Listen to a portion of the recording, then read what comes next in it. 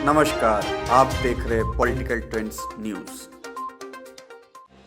राज्य में पिछले 2 सालों से सरकार की विकास योजनाओं पर कोरोना का ग्रहण लग गया है। हालांकि इसके बावजूद राज्य में अर्थव्यवस्था और कामकाज का पहिया चलता रहा। इस बीच सरकार को राज्य में विकास योजनाओं को तेज करने का पूरा अवसर मिला। झारखंड सरकार ने वित्तीय वर्ष 2021-22 के लिए 91,270 करोड़ रुपए का बजट सदन में पेश किया था। इसके बाद अब तक 2 अनुपूरक बजट भी पेश किया जा चुका है।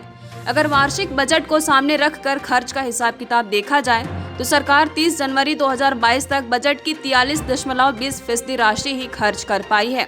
सरकार के सामने अब 1.5 महीने से भी कम समय है जब उसे बजट की आधिकारिक राशि खर्च करनी होगी।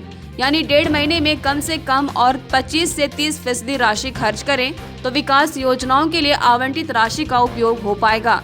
राज्य सरकार के लिए 31 मार्च 2022 के पहले ये एक बड़ी चुनौती है। इधर सरकार द्वारा राज्य में विकास योजनाओं में अब तक सिर्फ 43% राशि के खर्च किए जाने पर विपक्ष दल बीजेपी के प्रदेश प्रवक्ता प्रतुल शाहदेव ने सरकार को घेरते हुए उन पर मार्च लूट का आरोप लगाया है।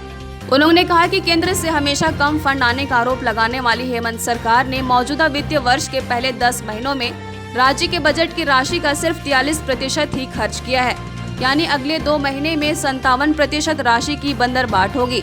तो क्या हम मार्च लूट की ओर नहीं बढ़ रहे हैं? देखिए, राज्य सरकार हमेशा केंद्र सरकार पर आरोप लगाती है कि उसे समुचित मात्रा में फंड नहीं मिल रहा, लेकिन सबसे विचारणीय प्रश्न है कि राज्य सरकार तो अपने बजट का भी हिस्सा खर्च नहीं कर पाती। 10 महीने में इन्होंने सिर्फ 43% बजट का जो हिस्सा है वो खर्च किया है। यानी 57% जो हिस्सा है बजट का वो अगले 2 महीनों में खर्च होगा।